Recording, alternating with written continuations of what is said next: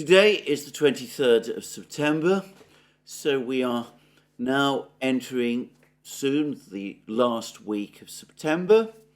The Ukrainian offensive has been underway now for more than 3.5 months, and before long we will be entering the 5th month of the offensive, assuming of course that it continues before the 4th of October, which I presume it will. And if one looks at the front lines, as has been generally acknowledged by more and more people, the situation continues to be largely static. Now, there were reports yesterday from Yevgeny Balitsky and Vladimir Rogov, the two senior officials of the Russian-backed Zaporozhye regional government, that they have detected a renewed Ukrainian buildup in the Orekhov area, the area from which Ukraine attacks in the direction of Rabotino and Verbovoye and other places. They say that Ukraine has redeployed forces from various other parts of the front lines, from the Vremevka salient and places like that they've all been relocated to this particular part of the battlefront, and that they're expecting a last big Ukrainian push in the Verbovoye-Rabotino area, presumably to break through the Surovikin line. And already there's been some consequences of this. There's been more reports of further Russian advances in the Vremevka salient area. It's clear that the Russians are not in any serious way on the offensive in this area, but they do seem to be taking steps to improve their overall positions by recovering formerly lost ground.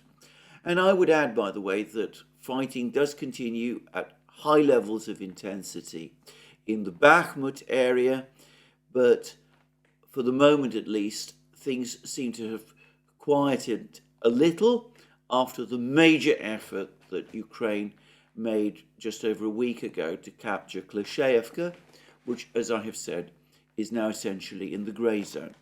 So that's the overall situation on those front lines. But what is actually going on the on the Rabotino-Verbovoye area, where Ukraine is concentrating its troops? Well, there's been more reports of more Ukrainian attacks. They seem to have made an attempt to push south into a small town, south of Rabotino, which is still, by the way, north of the Surovikin line. Now, can I just say this particular town is located to the southwest of Rabotino. The fact that it is to the south of Rabotino by the compass does not mean that Rabotino itself is under Ukrainian control. That remains divided and between the Russians and the Ukrainians, with part of this destroyed and rather small settlement continuing to be in the grey zone. So nonetheless, the Ukrainians have tried to push forward in this area, but Russian reports say that they were not successful. And there have also been apparently more Ukrainian attacks around Verbovoye. This has been carried out by men of the 71st Jaeger Brigade and the 82nd Air Assault Brigade, but this hasn't been successful as well.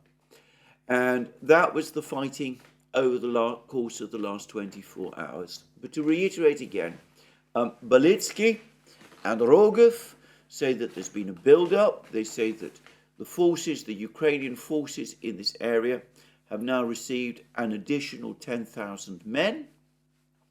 Rogov said that there's as many as 11 Ukrainian brigades located in this area, though he hastened to say that some of these brigades are far below strength after the heavy losses that they have suffered. I noticed that he has provided no overall ballpark figure for the total number of losses that the Ukrainian forces, rather not the total number of forces that the Ukrainians have concentrated in this area. So he doesn't tell us whether, there's obviously more than 10,000, but he doesn't tell us exactly how many. But anyway, we see a build-up, and maybe, possibly, the Ukrainians will make one last attempt over the few weeks left to them before the Rasputitsa season begins, the period of the autumn rains and the mud, before they are a last attempt to break through. And we've had an interview with CNN by General Tarnavsky, the head of the Tavria group of forces, which is essentially the group of forces that are conducting this offensive in the Zaporozhye region. General Tarnavsky, about whom more in a moment, I thought it was a rather subdued interview that he gave overall.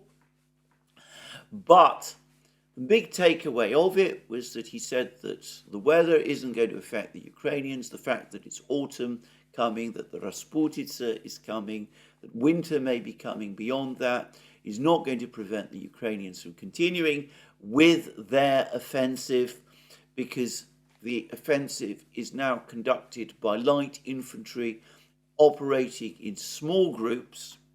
Interesting. Further admission from the Ukrainians about how the offensive is now being conducted. Small groups of infantry attacking in penny packets. He said that since they march over the ground, they walk across the ground, the mud isn't going to affect them. I noticed, by the way, that there was nothing more from Tarnavsky about the sandy soil that isn't supposedly affected by the Rasputitsa that we were reading about a few weeks ago in the Financial Times. But so he accepts that there's going to be a Rasputitsa, but he says it's not actually going to be consequential. The weather might affect things, but it is not going to prevent the offensive from continuing. And that was said by General Tarnavsky to CNN. Now, he also said that the minimal objective is Tokmak, and he seemed to be talking about Tokmak now as the actual objective. And this is consistent with the reports that we saw from the British media a couple of days ago. I said that it looked as if the objectives of the offensive had now been scaled down, and that the objective now is Tokmak. It's no longer the Sea of Azov, it is no longer Melitopol, it is just Tokmak. And I noticed also that over the course of this CNN article, General Tarnavsky spoke about reaching Tokmak. He didn't mention actually capturing Tokmak, which is, of course, heavily fortified. Now, all very interesting, and all very interesting about the time frame as well, because you have to read between the lines a little, but the fact that General Tarnavsky is talking about the autumn and the winter weather not affecting Ukraine's offensive, well, that suggests to me that some claims that I've seen floating around that the objective now is to try to capture Tokmak, not before the Rasputitsa, but by year end, or perhaps to reach Tokmak by year end, that is actually both the new time frame and the objective of the offensive. We're not going to reach the Sea of Azov, that's beyond reach. We're not going to take Melitopol. We're going to reach Tokmak. Perhaps the implication is that eventually we hope to capture it, but for the moment the objective is simply to reach it. Now, I'm going to say straight away that I think that when General Tarnavsky says that the Rasputitsa is not going to affect the offensive, that Ukrainian troops can still advance because they're advancing on foot, well, I have never myself experienced the Rasputitsa. I've never actually had to advance or walk through the mud. But I have seen many, many pictures, and this isn't something new. I've seen them extending back a long time. The Rasputitsa, the wet, boggy season, doesn't just affect tanks and armoured vehicles. In fact, I'm going to even suggest that sometimes tracked vehicles would probably find it easier to cross the Rasputitsa than men on foot, judging from what I have seen, because the soil becomes extremely boggy indeed, very wet and slippery, and frankly, the idea of people trying to walk across that, especially when there are minefields around, I find that almost unimaginable. Bear in mind also a point that I made in a recent program, which was, of course, taken from another program, another article as well, which is that, of course, as autumn and winter arrive, foliage thins, and that means that advancing troops have less natural cover. Of course, that applies to the defenders as well, and General Tarnavsky spoke about how he was less concerned by the great fortifications of the Surovikin line, more by the foliage and things like this that are concealing the Russians. But frankly, I find that a fantastic claim, given how elaborate the fortifications in the Surovikin line actually are, and how dense the minefields also are. I would have thought that it is troops trying to advance across territory who are unable to take advantage of the foliage who are going to have the greater problems. So, anyway, that is what General Tarnavsky said. So, don't be disappointed if we don't even reach Tokmak by the time of the autumn rains and of the Rasputitsa. We will continue advancing and attacking even during that period and beyond it. And our objective is to reach Tokmak by Christmas. That's, to my mind, in essence, what General Tarnavsky said. So, given that this is what he's saying, it doesn't seem to me as if he's actually that optimistic that all of these troops that are gathering in the Orechov area are actually going to achieve a big breakthrough over the next few weeks. It continues to be attrition. It continues to be a case of Ukrainian troops advancing into this salient, being shelled by the Russians from the heights, trying to storm the heights, so far without much success, trying to capture Rabotino and Verbovoye. And to be very clear, and here I think most people who know about these things appear to agree with what Big Serge wrote some time ago, that unless Verbovoye and Rabotino are finally fully captured by the Ukrainians and secured by the Ukrainians, any advance further south is not realistic. But anyway, despite all of that, the objective remains Tokmak, but by the end of the year, and it's not even clear that General Tarnavsky thinks that he's going to capture Tokmak itself by the end of the year. His objective seems to be simply to reach it. Anyway, that's my take from his interview. Now, another interesting thing is that, again, it is General Tarnavsky who is giving these interviews. And note that he is the general who is in charge of the Tavria group of forces. He is also or has been, the general who is in charge of the territorial forces, the reservists who are called up and put in these lighter brigades, which are not as heavily mechanized and not as heavily equipped as those from regular Ukrainian brigades have been. But anyway, it's General Tarnavsky who is giving these interviews. It's not General Zaluzhny. Now, General Zaluzhny, I've seen reports, is actually under investigation.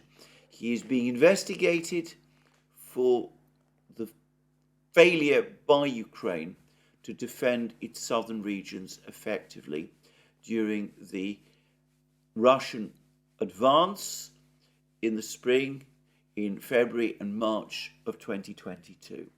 And apparently there are moves now to pin the blame on this on General Zaluzhny. And he has supposedly already been interviewed by investigators.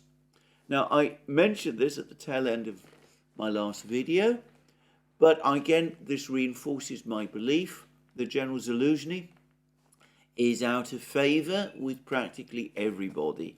It's been known for some time that he and President Zelensky have had their tensions and they don't always get on with each other.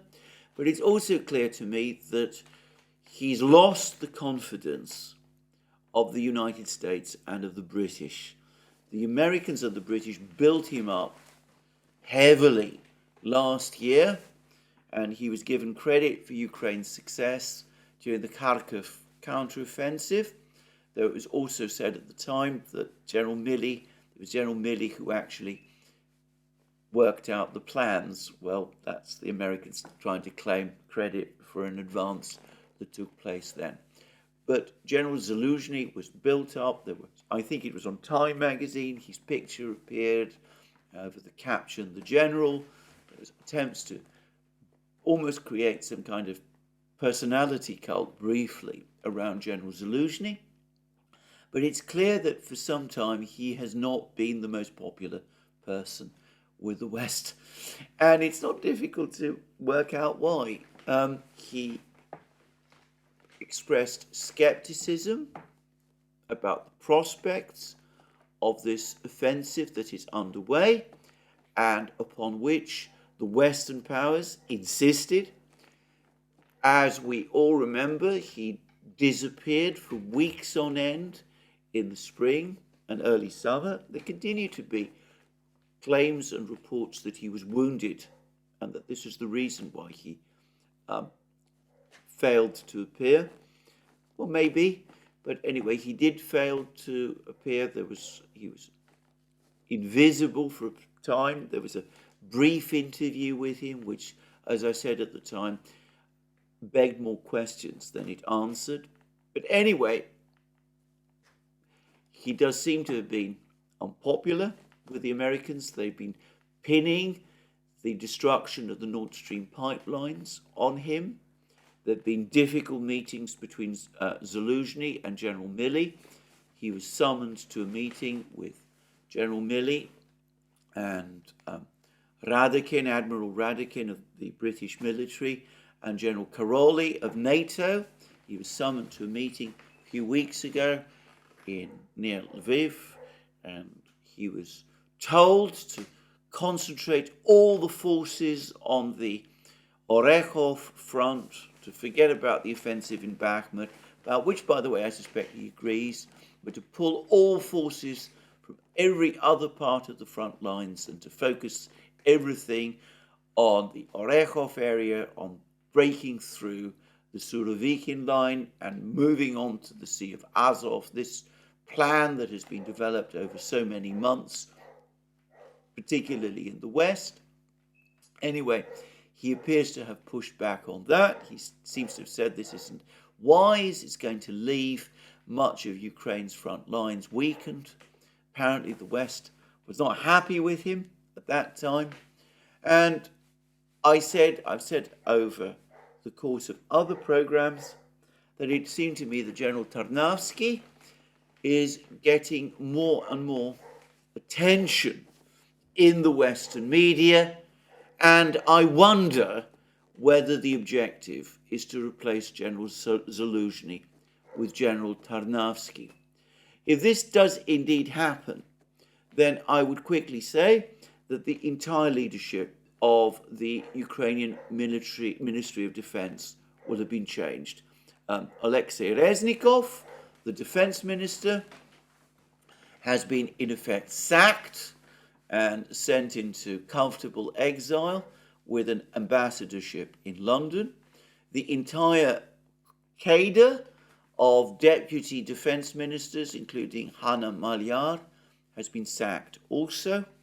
And it looks as if, or it could be the case, that General Zaluzhny might possibly follow as well. It's difficult to see how he can continue to lead Ukraine's military if he continues to be under investigation, criminal investigation, in the way that is being rumoured.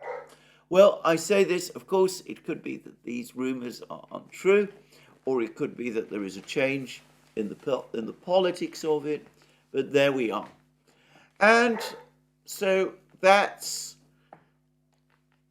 the interesting state of the offensive at the moment. Maybe a renewed, last, desperate attempt to break through the Surovikin line before the autumn conditions close in.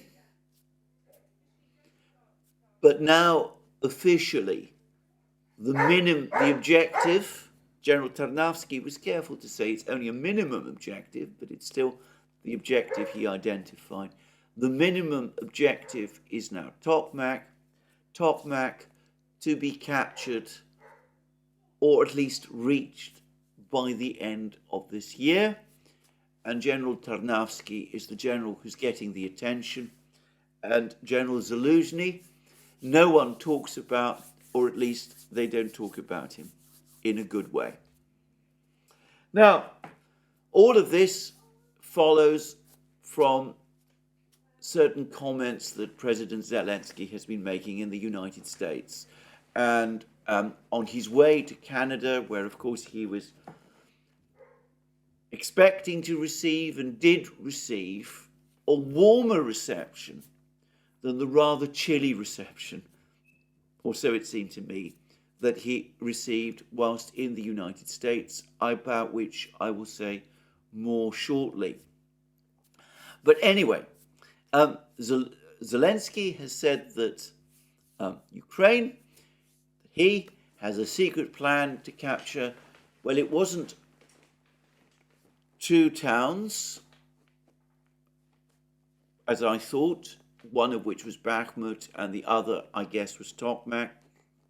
He said that he had a plan to capture 2 towns as well as Bakhmut. Now, one of these presumably is Tokmak, which the other town President Zelensky is thinking about, I have no idea.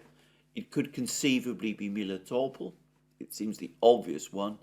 I can't realistically see which other ones it might be.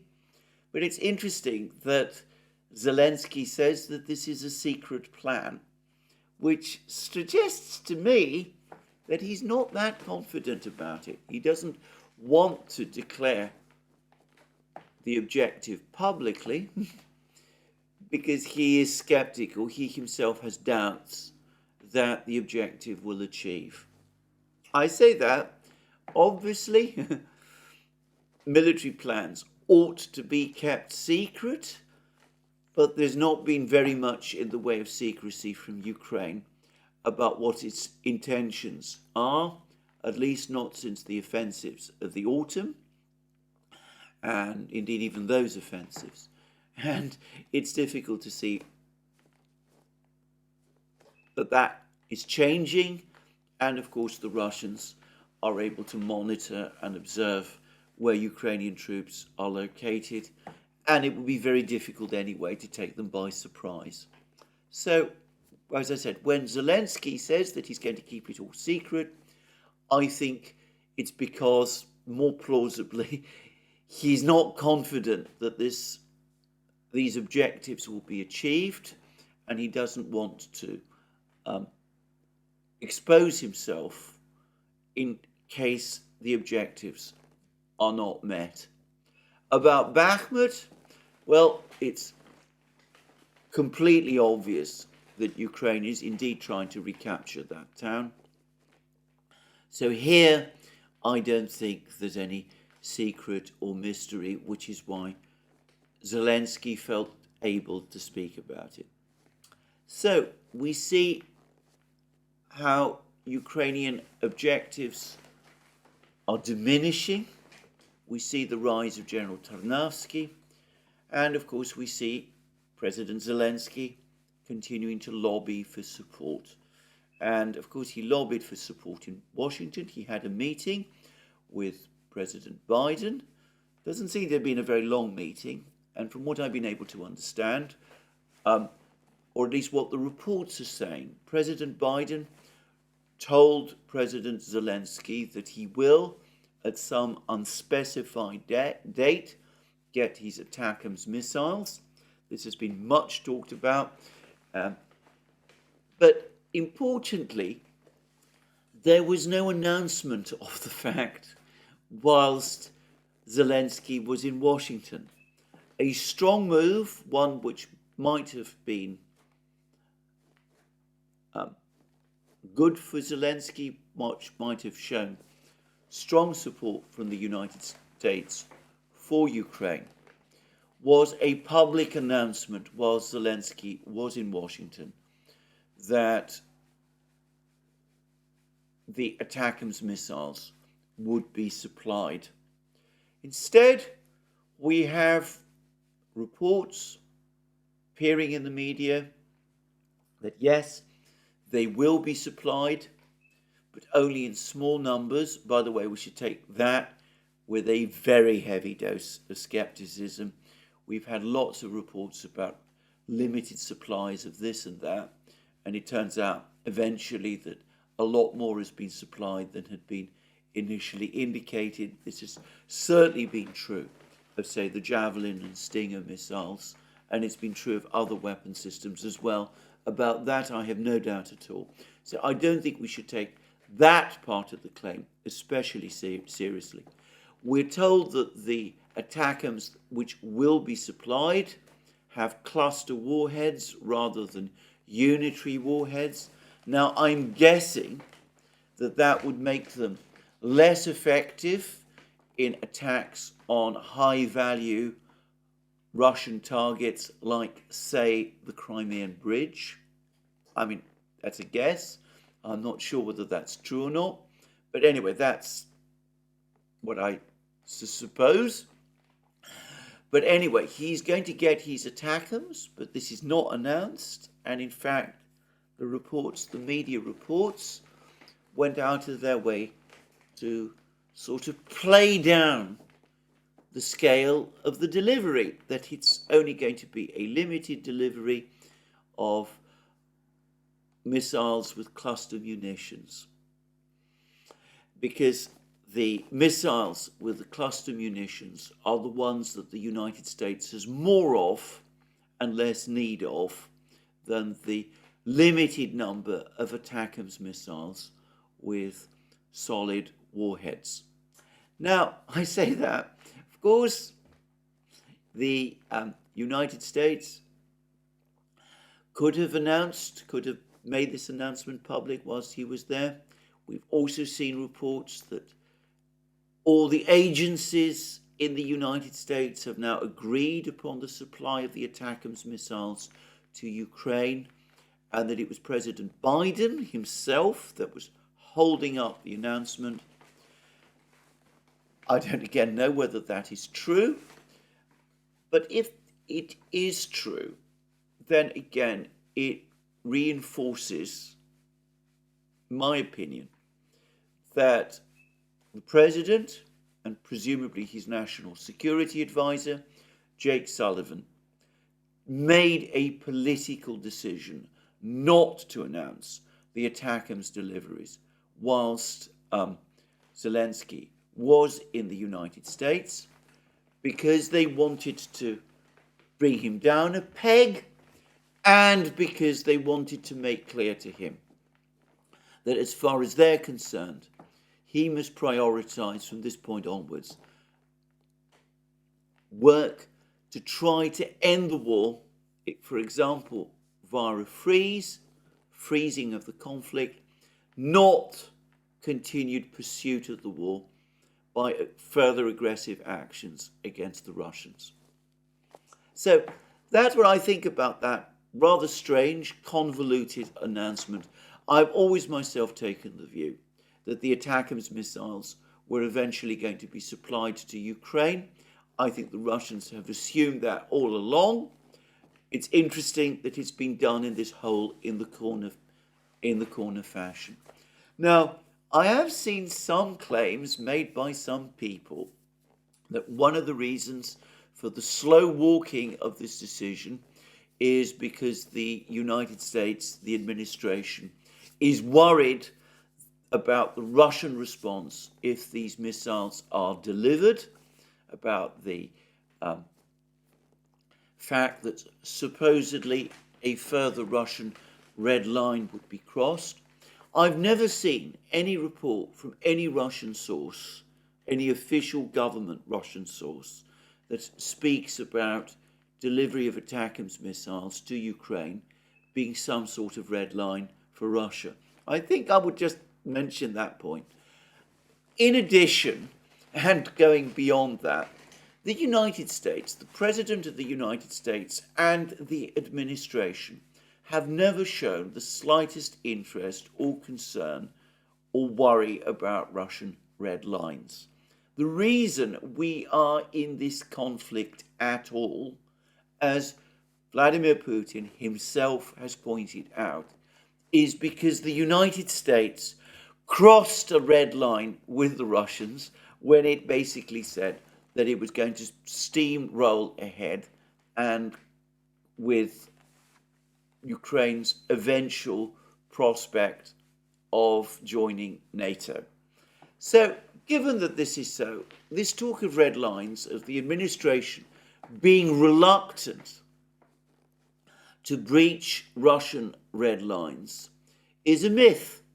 It all originates with some very hardline neocon people in the commentariat in the West who want Ukraine to be given everything in unlimited quantities, and it suits them to say that the only reason Ukraine is not getting everything in unlimited quantities is not because the arms depots have been emptied, it's not because there's limits to the amount of hardware and equipment and machinery which can be provided. It is because of the pusillanimous nature of the American president and of the European leaders.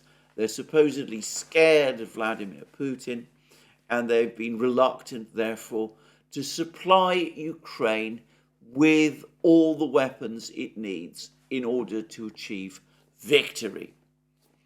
And you can see part of the agenda that's at work here, especially now that the offensive is going wrong. You don't accept that the original premise behind the offensive was flawed. You don't heed concern that the offensive was always a gamble, attacking fortified positions of this kind, expecting to break through them and march all the way to the Sea of Azov, was, let's say, an ambitious objective, given the complexity of the offensives and the fact that the Russians have an air force and artillery superiority over Ukraine.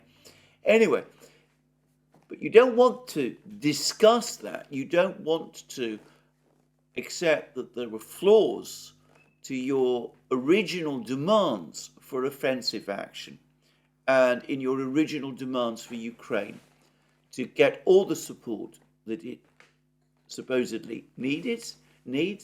What you want to be able to say is that the reason Ukraine failed is not because the plans were wrong, it's not because the resources weren't there, it is because people who you want to fix the blame on in any future debate on who lost Ukraine, it's because those people were supposedly cowardly and pusillanimous.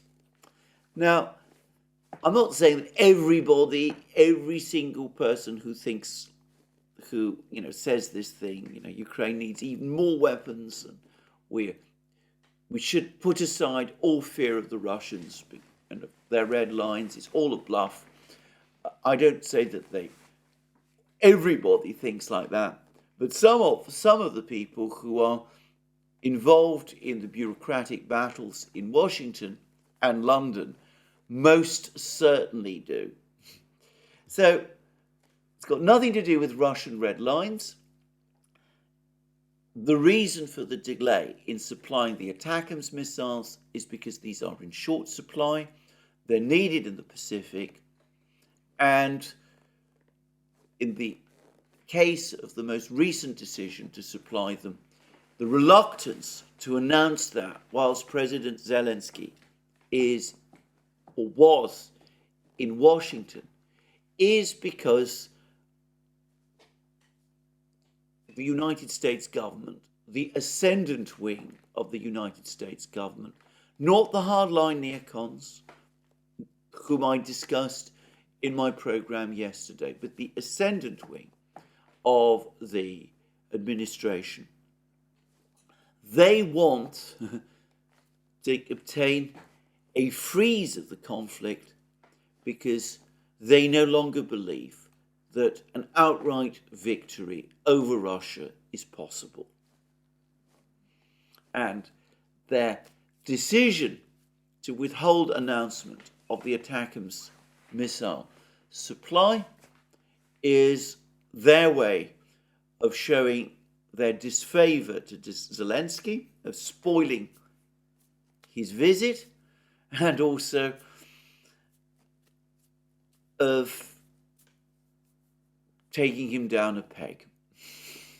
Anyway, that's my analysis of that rather interesting decision. I'll be interested to see when the ATACMS missiles do appear and what they do achieve. By the way, I've had some pushback to my comments yesterday about the missile strike on Sevastopol, upon the naval headquarters. There's some people who still insist that it was a heavy blow to the Russian fleet, and that and that the Russians must respond in kind by attacking more decision-making centers in Kiev and other places, and need to take off the gloves and all of that. I remain strongly of the view that Ukraine has just frittered away 6 Storm Shadow missiles in finite supply in order to attack a historic building which I am sure does not house Russia's operational headquarters anymore. I say that, I appreciate that Ukraine today, Kirill Budanov's organization today is claiming that 9 Russian officers were killed in this attack and that they were involved in having an important meeting in this building. I don't place much value on those kind of claims. Ukraine has repeatedly made claims to have killed Russian generals and Russian officers and Russian commanders. This was very widespread at the start of the war. The Western media accepted all those claims without any degree of skepticism. Some of those officers who were supposed to have been killed subsequently turned out alive and well. And unless and until we see some confirmation of this from the Russians, as I said, I personally do not put any particular credence on these claims.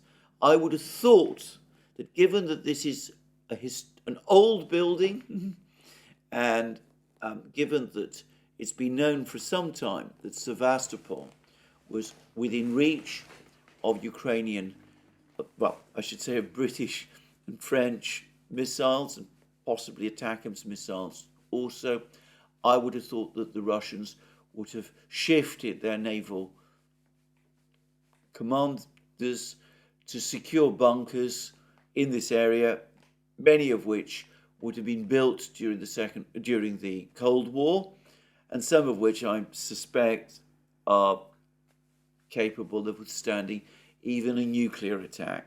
So just saying. So anyway, moving on from this discussion, the question that, of course, the West needs to address in this conflict is how sustainable Ukraine's position is. And I noticed that one commentator, British commentator with very hardline views, Hamish de Bretton-Gordon, Colonel Hamish de Bretton-Gordon, I should call him, the person who strongly advocated for the supply of Challenger 2 tanks to Ukraine, person who at one point was saying that the Challenger 2s would just roll over the Russians and that the Russians would be scattered as a result of the advance of these Challenger 2s, person who's now advocating the supply of ATACMS missiles. Anyway, his most recent article in the Daily Telegraph, he says that there's only around 12 months left for the situation in Ukraine to turn, and that unless it does, well, he doesn't quite make clear what would happen. And I don't, by the way, know where he's got this figure of 12 months from. But anyway, it seems that even he seems to accept that Ukraine is now running out of time. And though in his latest article in the Telegraph, he tries to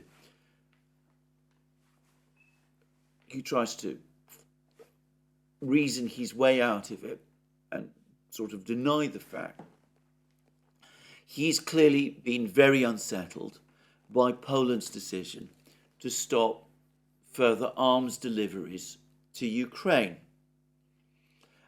On that point, I agree, by the way, with Robert Clark's analysis.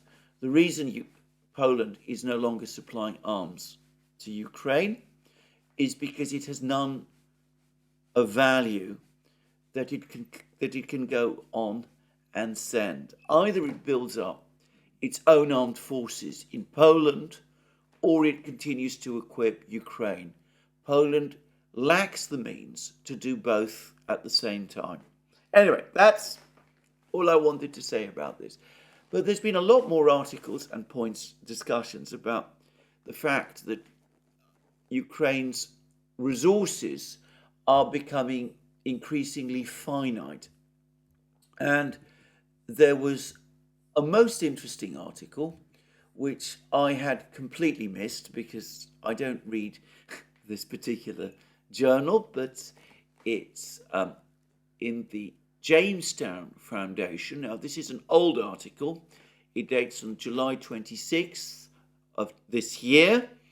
But note that it is written after the counteroffensive had begun and after the counteroffensive had already begun to suffer spectacular problems. Anyway, this article by Gleb Parfonov, who from memory was the same person who wrote some time ago another article by the Jamestown Foundation, casting doubt about Russia's ability to produce large volumes of shells, and who gave figures for the cost of each individual shell that Russia was producing, which I said were astronomical and clearly wrong. The West has now accepted that Russia produces shells at a tenth of the cost that the West does. Just saying. But anyway, Gleb Parfonov has now written a long piece. he wrote a long piece on the 26th of July in which he made the point that Ukraine has relatively few manpower resources. He says that according to classified and partially open source data, as of January the 1st, 2022, the population of Ukraine was 31 million, while the State Statistics Service of Ukraine reports 34 million, though there are problems with the methodology used to arrive at this number. And I have to say I was unaware of this. I had understood that the population of Ukraine before the start of the special military operation was around 37 million. But he says that the population dropping from 48 million to 31 million in 20 years is normal. I find that an astonishing statement, especially as Ukraine has experienced multiple crises and out-migration waves during that period. But anyway, apparently it's normal for Ukraine to see its population fall from 48 million to 31 million in 20 years. But anyway, that is what he says. And of course, it must be immediately said that part of this population fall before the start of the special military operation is because parts of Donbass and Crimea had become lost to Ukraine. And then he speaks about the fact that there's been a major exodus of people from Ukraine since the start of the special military operation. And he calculates that Ukraine's population now is probably around 20 million people. That's the number of people who are actually physically present in Ukraine now, or at least those parts of Ukraine which are controlled by Kiev's government, the government in Kiev. Now, I have no way of verifying or corroborating these figures, but I'm going to say I suspect that these figures are probably right. It is from the Jamestown Foundation, which is a very hardline neocon outfit, by the way, and which is very, very hostile to Russia. So an article in the Jamestown Foundation giving this very bleak view about Ukraine's population position is probably right. And here I'm going to say that whilst I thought that the methodology used by the Jamestown Foundation months ago in calculating or in trying to calculate Russian shell production was completely wrong, this time I'm not really I can't really see that the methodology used by Gleb Parfonov in this article is wrong in the same way. So maybe this is right. And Gleb Parfonov in this article in the Jamestown Foundation goes on to say that Ukraine has probably mobilized around 2 million men, and that is 10% of the population, of the actual population in Ukraine itself, and that such a large proportion of the population in the military must be putting exceptional stress on the conditions within the civilian economy. And that's disregarding all that the Russians are doing, lobbying cruise missiles and drones at various facilities across Ukraine, attacking factories, and before long probably attacking power stations again as well. And he suggests that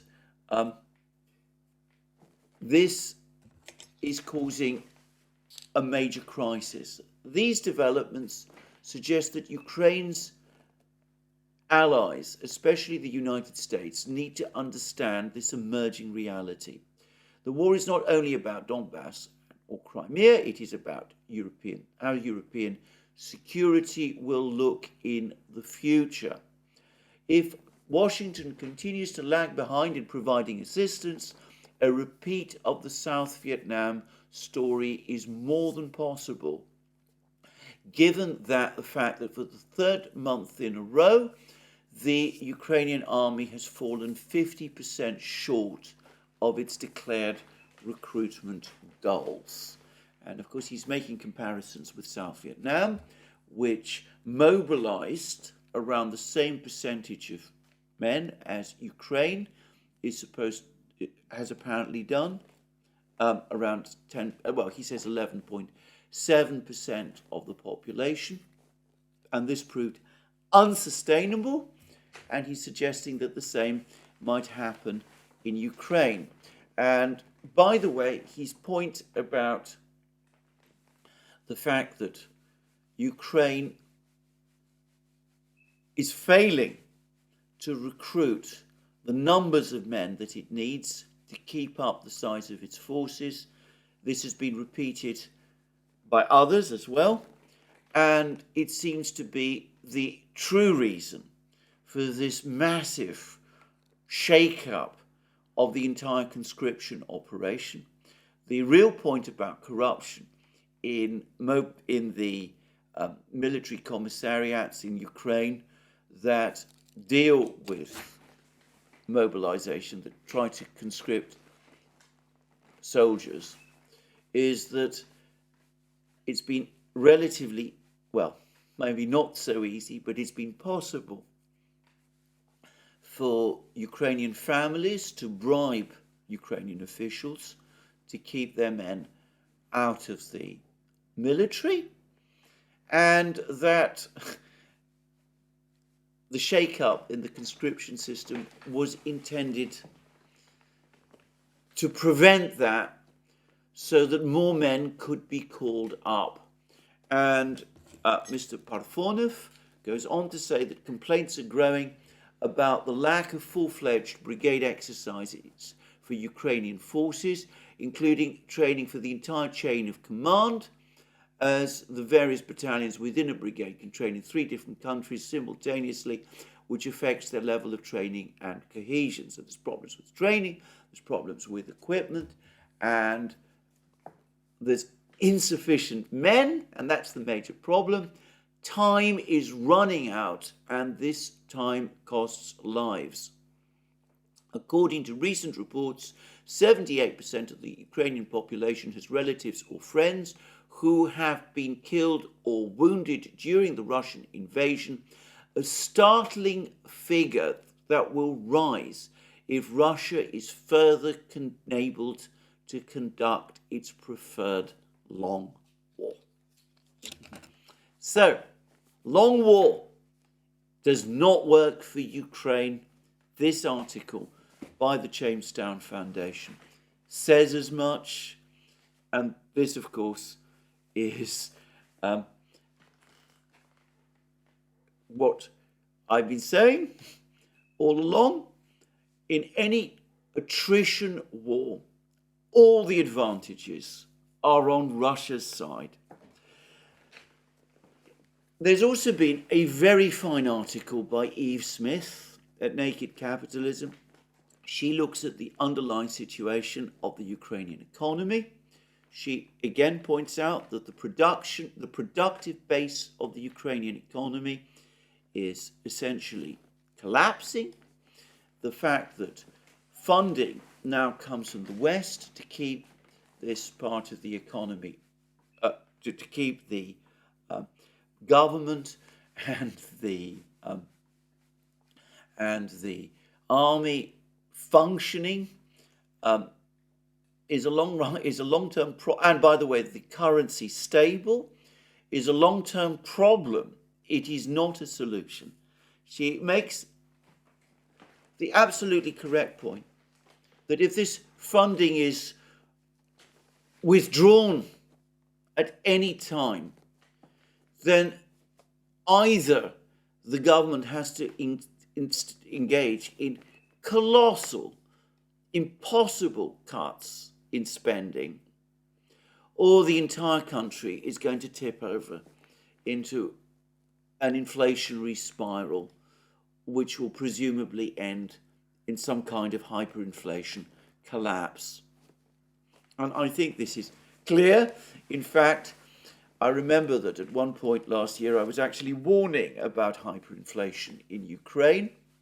And it seems to me that it's clear, reading from Eve Smith's piece, that that has only been avoided by Western aid. Eve Smith's piece, by the way, is far and away the best piece that anybody has so far written about the condition of Ukraine's economy and about how any ideas of its reconstruction for the time being are just fantastical, and about how all those projects and discussions and plans that people are talking about in terms of reconstituting it have no real basis in reality. The resources have been shot away, the manpower has left, and the whole economy is now being sustained through massive injections of Western funds. And on that, of course, we've now had support for Eve Smith's analysis from The Economist in that article that I discussed yesterday, that the Ukrainian economy is experiencing what they call a strange form of Dutch disease. Its problems are being papered over by these huge injections of Western funding. The moment that stops, the whole thing essentially collapses. Well, again, there's no long-term or obvious solution to this problem. Either the West keeps Ukraine going in this way, continues to provide funding at this kind of level indefinitely, or Ukraine collapses. It continues to provide Ukraine with military support on the scale that it has been doing up to now, or Ukraine collapses. The head of Ukraine's National Security and Defense Council, Mr. Danilov, the man who, in my opinion, is the overall, in some ways, the most powerful man in Ukraine, that includes President Zelensky himself. Anyway, he has admitted that Ukraine has no plan B. If Western report ceases, the Ukrainians have no plan B. Kirill Budanov's interview of a few days ago of Ukraine becoming self-supporting is a fantasy. The Economist's idea, the neocon idea of achieving the same thing, is a fantasy. So, given all of this, once more, what we see is an open-ended, exhausting commitment for the West, one far more expensive than Iraq or Afghanistan ever were, extending into the long horizon with no real way, so far as I can see, of turning things round, except, of course, through some means of finding some kind of diplomatic solution by negotiating a freeze. Another solution presents itself, but not one which the West would presumably be happy with, because even as Ukraine's productive capacities, its manpower pool, are diminishing, even as Western supplies and deplete, Russia continues to build up. The Russian Prime Minister Mishustin, has now said that Russia is going to double defense spending next year. He says that Russia expects to have a budget surplus next year, presumably on the back of higher energy prices. He says that Russia will be able to meet its welfare costs, but that with this huge surge in defense spending, defense appropriations will rise to something like 6% of GDP. I'm not sure how that's calculated, by the way. But anyway, that's for a matter for another time. The point is, according to Mishustin, according to all the data, the Russians can do this. They can call up more men. They can increase arms production. They can double arms production. They can double spending over what they have been spending this year. They can do that because they have a big economy, unlimited resources, and sufficient financing so that they can do all of these things. And of course, ultimately, that will impose its own solution, whether or not, whatever it's rather, to be precise, the West does. So these are the things ultimately to bear in mind. Ultimately, wars, or at least this war, and most of the big ones, are won in this fashion, through bigger resources, more better infrastructure, more production of weapons, more deployment of men, better training of men. The side with the greater resources, in the great majority of cases, in war, tends to win. And in this case, distractions like missile attacks on buildings in Sevastopol, as I said already, all that they do, they deplete the limited missile resources that Ukraine has. They oblige the Ukrainians to come back always to their Western sponsors and to ask for more and more, something which is wearing on the patience of their sponsors without changing anything in terms of the realities of the war.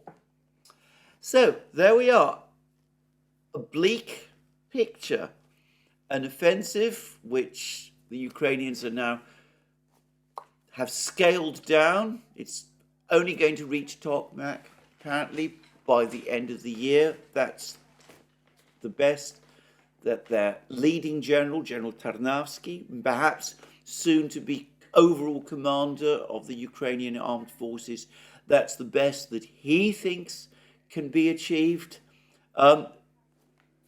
Hopes that Ukraine could somehow pull through, but the cost increasing and looking increasingly unsustainable. The Western public souring on all of this, elections coming in Slovakia, apparently a shift in mood in Croatia as well, Poland facing difficult elections as well, and a diminishing manpower pool, even as the Russian buildup remorselessly continues. Increasing training, increasing supplies of arms to Ukraine, providing a few more HIMARS missiles, a few more cluster munitions, which is what the United States actually announced while Zelensky was there, is only going to prolong this by a little time and will ensure that the disaster, when it comes, will be more severe. Talking to the Russians about a freeze is something that the Russians have already made clear they're not prepared to countenance.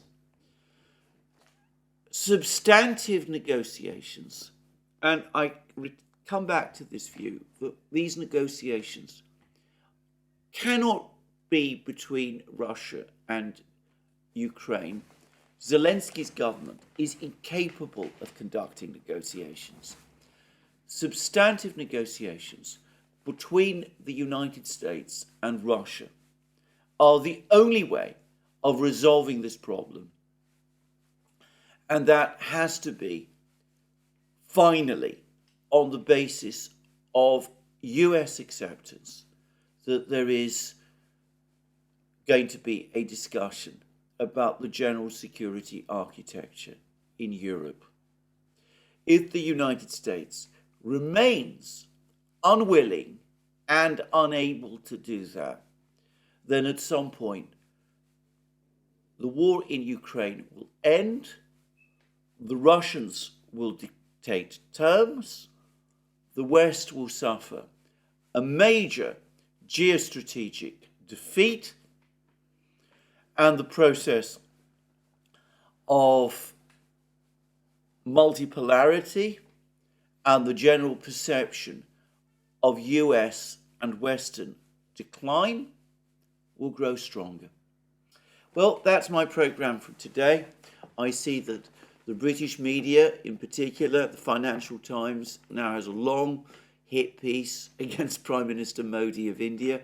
I'm going to discuss that in my next programme tomorrow. I'll be looking at the deteriorating relationship between India and the West, and obviously we'll also be keeping an eye out on what happens with Ukraine's offensive, whether these 10,000 extra troops who have been sent from the various battle lines to reinforce Ukrainian forces in the Orechov area and the Rabotino-Verbovoye area, what they're going to do and whether that will make any great difference.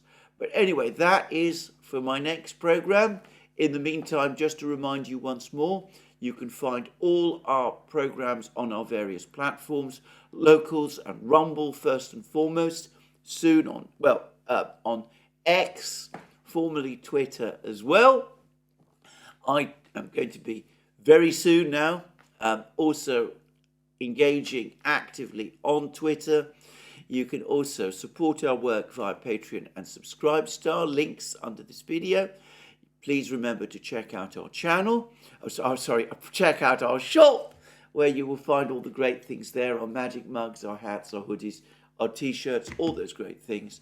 And last but not least, if you've liked this video, please remember to tick the like button and to check your subscription for this channel. That's me for today. More from me soon. Have a very good day.